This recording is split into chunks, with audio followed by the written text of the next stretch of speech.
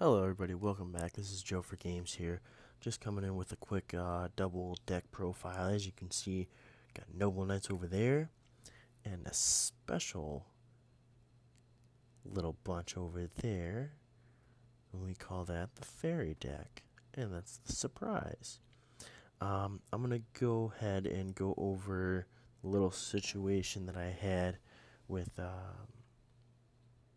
some people that I had bought cards from.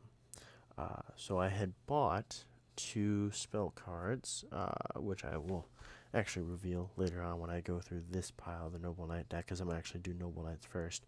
So let's actually move this up here. So we've got these six wonderful first edition commons right here. And so I had bought two cards from well, it was on Amazon. I'll just keep it at that. And they were not these cards. So that's so I sent them an email saying, "Hey guys, I only bought two copies of like this card. If you want me to send these ones back that you gave me, because I actually got two envelopes. And I opened the second envelope and those were in it. So, if you want me to send them back, I'll be more than happy to send them back. Just send me an email, whatever." Um, so they sent me an email back probably 4 hours later, and they were just like, yeah, it was probably an employee mistake. So you can just go ahead and keep the cards. I'm like, oh, that's awesome. So huge shout out to those guys. Thank you for letting me keep the cards, and you made probably my day a little bit better. And without further ado, we're going to go over the Noble Knight deck profile that I currently have. So, like I said in my previous video that I actually just streamed, I've only got 5 more cards that I'm waiting for it to come in the mail. But really, they don't. Let me think. They really don't affect the main deck. They more affect the extra deck. So there's really nothing to worry about. Uh, Other than that. So here's here's this. So we'll do traps first. So we still have Torrential Tribute. Still have Dimensional Prison, because I actually do like this card. Somebody attacks me, hey, I'll banish your monster. And I actually managed to run across a breakthrough skill, which, when we get to that effect right there, target one face effect monster your opponent controls, negate the effects of that opponent's face up monster until the end of this turn. During your turn, except this turn, this card was from the graveyard, can banish this card from your grave, and then target one face up effect monster your opponent controls, negate that target's effects until the end of this turn. So it's really a double negate. If you just want to make sure, like, yeah, no, you're not using that, like, guy's effect. Of course, we have Call of the Haunted, Mirror Force, which we cannot live without, Solemn Warning, which is actually a really great card for the Noble Knight deck, just due to the fact that Noble Arms, what is it, Caliburn? You can use its effect and you gain 500 life points per turn. So really, after 4 turns, this 2,000 life points comes back and you're back at 8,000. So it probably would, if I could, I think that Solemn Warning is only semi-limited. So if I come across a second one, I would definitely take that right away without a second thought. Because that would just, that would put Torrential Tribute probably out of the deck, just due to the fact that it destroys a lot. And then we have to round up the traps, Malevolent Catastrophe, which is actually pretty awesome. So then the booster pack that I got, I got Gold Sarcophagus as a platinum, which is actually a really good card for this deck, surprisingly, because I'll just take one of my cards from my deck and banish it. And then the next standby phase, I'll get that card to my hand, and then, I can use it. So then we have Swords at Dawn, which I'm thinking about removing as of right now. I haven't found myself actually using it that much, and I would rather throw I don't know, like an extra Mystical Space Typhoon in there just to kind of, fill the spot. Either that or I would just drop the entire deck down another card and I'd be at 44. So we got Dark Hole, Noble Arms, Excalibur. Actually, I lied. I ordered 2 more Excaliburns just so I can have pretty much like a full set in there, just due to the fact that I can actually run more than one Excalibur, which is awesome. Because the other Noble Arms cards you can't actually run more than one of. Swords, absolutely running swords because that's probably like a must for me, just in case everything does end up getting destroyed, or if I dark hole something, then I'll just Swords Revealing Light and wait, a couple turns. Alright, then we have Release Restraint Wave, which is actually a pretty useful card. Target one enemy face up equipped equip card that you control. Destroy the equip card and all face down spell and trap cards your opponent controls, which is great. Just due to the fact that like all the Noble Arms cards can like come back. It's like a free dark magic attack. It's the same exact thing. The only difference is like you tribute one of your equipped spells and then you get it back, at the end of the turn. Or, after you finish it. So then you just destroy all face down spell and trap cards, which is awesome. Last chapter of the Noble Knights. Only running one of this card because I really don't find myself using it that much. So I really one is fine for me as of right now. Then you got Foolish Burial.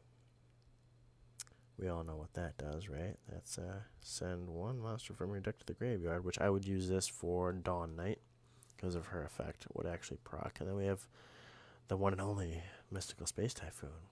But after that, we have the 2 cards that I ordered from Amazon, and those would be Night Beams, which I have seen, and these would actually, in my opinion, work out really, really well in this deck, just due to the fact that you can't counter it. It actually says that. The card effect, I'll read it for you. Target one set spell or trap card your opponent controls. Destroy that target. Your opponent cannot activate any targeted card. Activate the targeted card in response to this card's activation. So it's like, yeah, it's like an MST on steroids. That's why I only have one MST right now. So double Night Beam, super effective. I have yet to try it out, but probably will end up signing up for a tournament or two, depending on how my work schedule goes. And then we have Double Destiny. Just can't be. What does that say?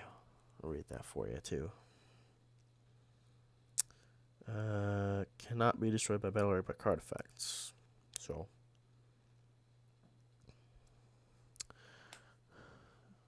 got that. And then we have a Double Caliburn. And that's lets your monster that it's equipped to gain 500 attack, and also you gain 500 life points once per turn. That's why it's only limited to 1 on the field, not in like the deck. Then we have a double Noble Arms of the Round, or Noble Knights of the Round Table. Sorry. I would definitely be continuing to run a double of these just in case somebody does have a Mystical Space Typhoon and drops one of them. And then we have one of the best cards for this deck, a triple, yes, I did say triple, Reinforcement of the Army. Why am I doing this? I don't know, just due to the fact that there's just so many other monsters that can actually get out monsters from my deck. But of course, it doesn't hurt that much to have 2 extra spots filled up with reinforcements. So then we'll head over to the monster deck. Really, I didn't change much. I only added 1 additional card, so we'll go through them all. Noble Knight Artorigus. I kept Night Day Grepher just due to him getting an equipped spell back. Lady of the Lake. I kept Effect Veiler, which I also got from the booster pack. Noble Knight Perdur. Noble Knight Dristan, who can destroy other cards. Gual Shavad. Guinevere, Queen of Noble Arms, also a Noble Arms card, because it says here in the name, Noble Arms, which can be used with Borges' effect. Noble Arm Ektar, Lancelin, Merlin, one copy of Gawain. Then we have the Dawn Knight, Bedwer, 2 copies of Bors, and now 2 copies of Madrot, which is the one and only change that I actually made to this deck. And his effect right here, if it'll zoom in for you. This card is treated as a normal monster. Once you equip it, this card becomes dark and a level 5. Once per turn you control another monster, you can special summon 1 Noble Knight monster from your deck in defense position except for Noble Knight Madrot. If you do, destroy 1 equipped spell card you control, which is great because it's just another monster that can go up to level 5. Which will lead me to the next thing. And him and Bors actually do go up to level 5 as well. So, extra deck. I currently have 1 Artorigus, King of the Noble Knights. I'm waiting on my other 2 to come in. That's one of the cards that I'm still waiting on. And then I actually managed to pick up 2 more Sacred Noble Knights of King Artorigus, which is the reason why I bought another Madrot. So it's just super, super useful. And then, of course, I have this guy right here. If it'll go ahead and focus for me. Focus.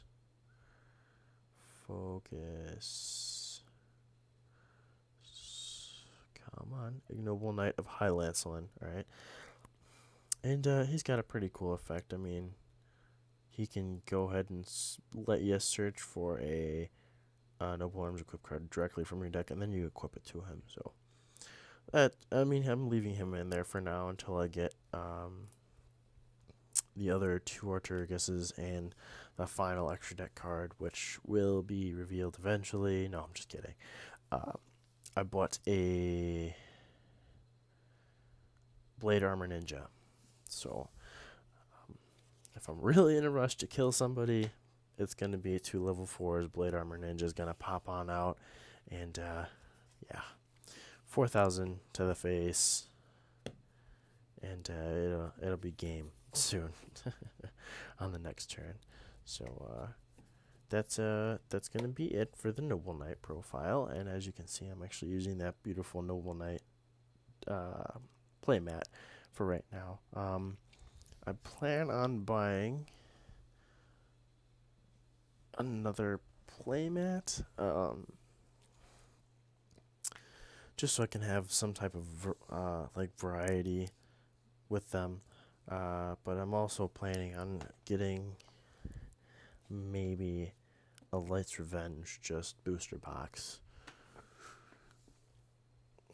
just for the heck of it, and to kind of put it on YouTube for you guys, just so you can see how lucky I don't get.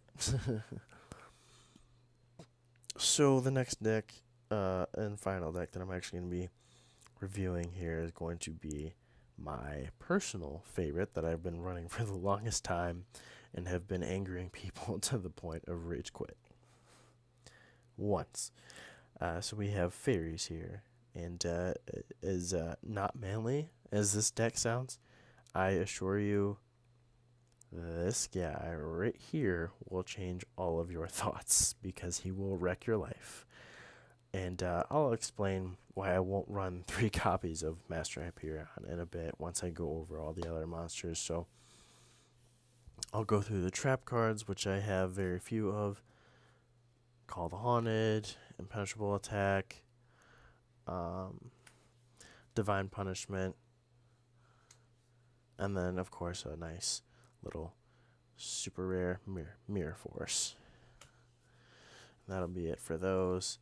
And we have the Mystical Space Typhoon for spell cards.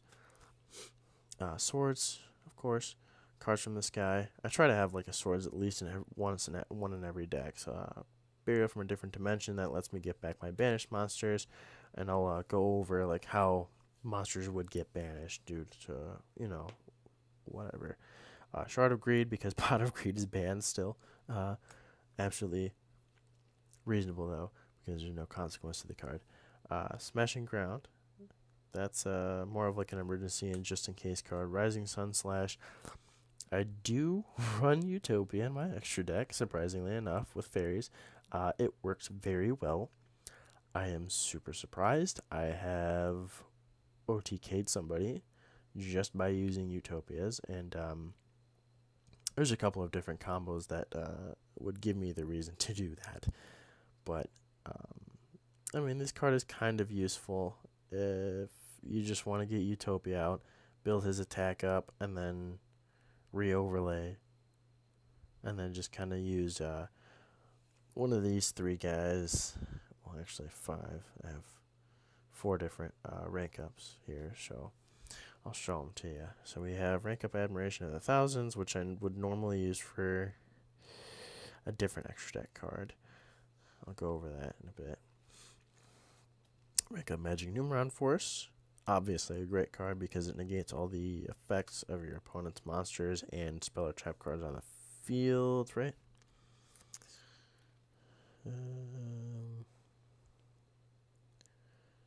Then if any face up cards other than this card and the monster summoned by it negate effects of those other cards. So yeah, it's a great card. And then we have a double of Variance Force for other Utopias. And then, of course, which came with the deck, a double Valhalla, I believe. No, it only came with one. I added a second one from another friend that I traded. And that I have for obvious reasons. I can absolutely abuse the living crap of Valhalla. I've done it several times before. And I mean, I say abuse not in a bad way, but in a good way, just due to the fact that, like, if I draw that first turn, I know I'm going to get 2 monsters. For sure, guaranteed, without a doubt, if I have, like, 2 monsters in my hand once I draw that 6th card. And then we have 3, not 2, not 1, but 3 Sanctuaries in the Sky. And this helps with me not taking damage while I have a fairy monster on the field. And this also allows me to have and activate Divine Punishment, which will negate any card. So we have that little structure right there. Everything kind of falls back on Sanctuary in the Sky, but honestly, the deck could live without it. So we'll move on to the base deck of monsters, which is starting with these guys right here. So we have a double of Shining Angel for some semi-very obvious reasons, just, searching through the deck for another 1500 light monster.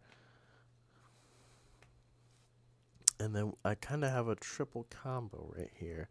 And I don't really get to use them that often, which is unfortunate, but I'm still happy that I have them. So we have a Nova Summoner, which if you have Sanctuary in the Sky on the field, and this is destroyed, you can special summon and Hero Knight Parshat. And if you just so happen to have a Neo Air Knight Parshat, Neo Parshat, the Sky Paladin, okay, you contribute 1 Air Knight Parshat to the graveyard and special summon this from your hand, which this guy, or gal, actually I should say, pretty awesome. She gains a difference between yours and your opponent's life points. And when she attacks defense position monster, she does inflict piercing battle damage. Okay. Honest, for obvious reasons. Marshmallow, because I'm an absolute troll and I want people to take damage. Herald of Orange Light, for obvious reasons, just to negate spell of trap or any effect monster's card. Consecrated Light, this is more of a kind of a troll card. Mostly, this deck was made to like counter like dark decks completely, and this one level 1 monster can do just that. It will completely shut down any dark deck as long as all the monsters are dark. Can't normal summon, can't special summon, can't attack, can't flip summon, can't do anything with them. So it's just this one little level 1 monster with 0 attack and 0 defense. Poof, your dark deck is useless. You can draw all the cards that you want, but gone. Then you got Tethys, Goddess of Light, which lets me draw a card. If I draw a card, I can choose to show my opponent if it's a monster, and then I can draw another card. And that effect kind of can chain onto itself, but obviously you wouldn't want to do that because then you'll just end up drawing until you're out of cards. Dark Valkyria. She's a really good Gemini for this deck because every time that she normal summoned after the initial normal summon, she gains 300 attack from the spell counter you place on her, and you can remove that spell counter to destroy any card on the field. Sacred Crane, just for the sake of special summoning and drawing a card. Zeridius, either to get Sanctuary in the Sky or to have a nice 2100 attack. Level 4 monster, you know. We have Victoria, just in case I face like a dragon deck, I can bring one back from my opponent's graveyard and just kind of steal it. They can't target anything else except for that dragon type monster. Athena, every time that a fairy would be summoned, my opponent would take 600 damage for every fairy. So if I had her on the field and I had special summoned like a couple people, then it would just be like 600 damage, 600 damage, 600 damage. Late Ray Madur, just in case, he's more for like defense. So that defense right there, this guy, 3000 defense, and he can't be destroyed once per turn by battle, of course. And then the last one, Hecate Riss, which I almost always use to get Valhalla. So you just discard this and grab Valhalla from the deck, get the deck moving a little bit. Alright, we're around the corner here, ladies and gentlemen. So we have the main part of the deck, which is going to be 6 agents, and then Master Hyperion. So the first and very most important is your Mystery Earth. I may end up getting another one of her. Not sure, though. Never know. Agent of Judgment, Saturn. Not too overly useful for his attack and, level-wise with his effect. I contribute him to inflict the difference between my and my opponent's life points as damage to their life points. Mars just gains the attack and defense between my opponent's life points, which is crazy because you can get him to so high it just is a level 3. Venus, pretty useless with the deck. I don't run Mystical Shine Balls because they are also almost useless. I know I might get some kind of backlash for saying that Mystical Shine Balls are almost useless. Saying that they are useless. Because you can actually use them to tribute or banish, and that would actually help out Master Hyperion's effect. Jupiter, he's actually pretty useful as a 4-star. And then we have Mercury. So his effect is actually pretty neat. If you control his face-up card and have no cards in your hand at the end of your opponent's end phase, draw 1 card from your deck during your next standby phase. Pretty cool.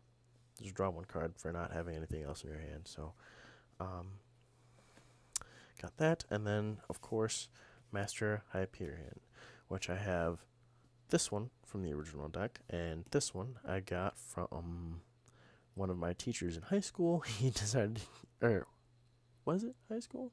No, it was actually one of my friends. It was definitely one of my friends in high school actually gave this to me, not my teacher.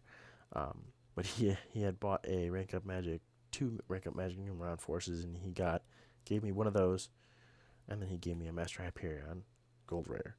Um, these cards will never leave the deck, obviously, for obvious reasons. But that's he's gonna be rounding out the deck, and I will never run three of him because I used to run three of him, and I would literally banish my entire graveyard, and I would have nothing left to do, and I would kind of just be stuck with like, I have two level 8s with 2700 attack, and then once one of them got destroyed, I would be like, oh, I can't do anything.